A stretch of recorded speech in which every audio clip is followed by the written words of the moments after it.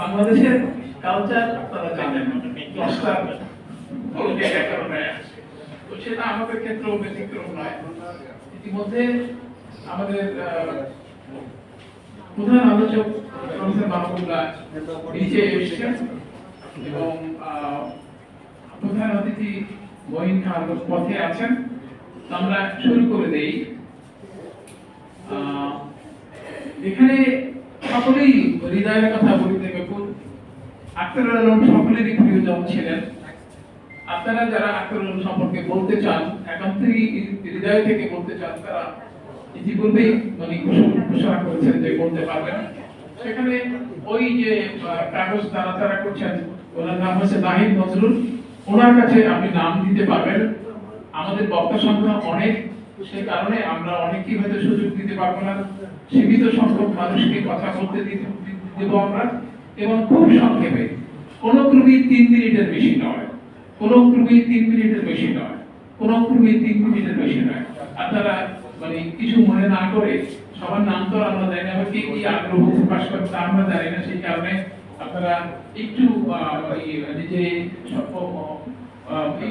বিব্রত বোধ না করে ওনার কাছে নাম দিলে আপনি কথা বলতে পারবেন। আমরা এখনই সভা শুরু করতে যাচ্ছি।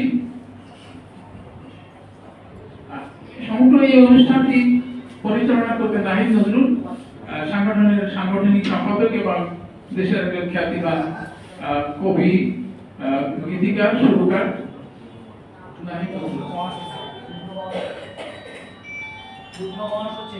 যুগ্ম মহাসচিব, আমি ভুল বলেছি, যুগ্ম মহাসচিব আমাদের সংগঠনের। এবং সংগঠনটি সম্পর্কে আপনারা তো ইতিমধ্যেই জেনেছেন যে এই সংগঠনটি আসলে অনেক পুরনো সংগঠন। অনেক আগে এটি শুরু হয় এবং আমি খুব ভাগ্যবান এই কারণে যে আমি জাহাঙ্গীরনগর বিশ্ববিদ্যালয়ে কর্মরত ছিলাম তখন। এটার যে প্রতিষ্ঠাতা যে সভাপতি উনি ছিলেন এমআর মাহবুব আমার নিকটাত্মীয় এবং আমার নিজের কাছাকাছি আমাদের বসবাস ছিল। তো আপনারা যাদের দীর্ঘ 17 বছরে আমাদের উপর অনেক ঝড় ঝাপটা গেছে এবং সেই ঝড় ঝাপটায় এই সংগঠনটি যেহেতু প্রো ন্যাশনালিস্ট ফোর্সেস, যেহেতু বিএনপি এবং এই ঘরানার একটি সংগঠন হিসাবে কাজ করছে, সেজন্য এটিও সরকারের রোশনালে করেছে, কাজ করা যায়নি। এখন আমরা চেষ্টা করেছি, আমাদের এই যারা পুরনো সংগঠন ছিল তারা সকলে মিলে আব্দুল লতিফ মাসুম কে আবিষ্কার করেছে সাইফুদ্দিন ভাঙ্গা গরুর মতো। আমি যদিও কোনো উপযুক্ত ব্যক্তি নই এবং আমি নিজেও এখন অবসরে আছি, সুতরাং অনেকটা অমূল্যহীন অবস্থান করছি। তারপরও এরা মূল্যায়ন করার চেষ্টা করেছে, যেহেতু তারা দেশকে ভালোবাসে, দেশপ্রেম ধারণ করে এবং এই আদর্শ বা আখতারুল আলমের আদর্শকে এগিয়ে নিতে চায়। আখতারুল আলমের আদর্শ সম্পর্কে ইতিমধ্যেই আপনারা আনসারীর একটু আগে তিনি বক্তব্য দিলেন, তার কথা শুনেছেন। সুতরাং আপনারা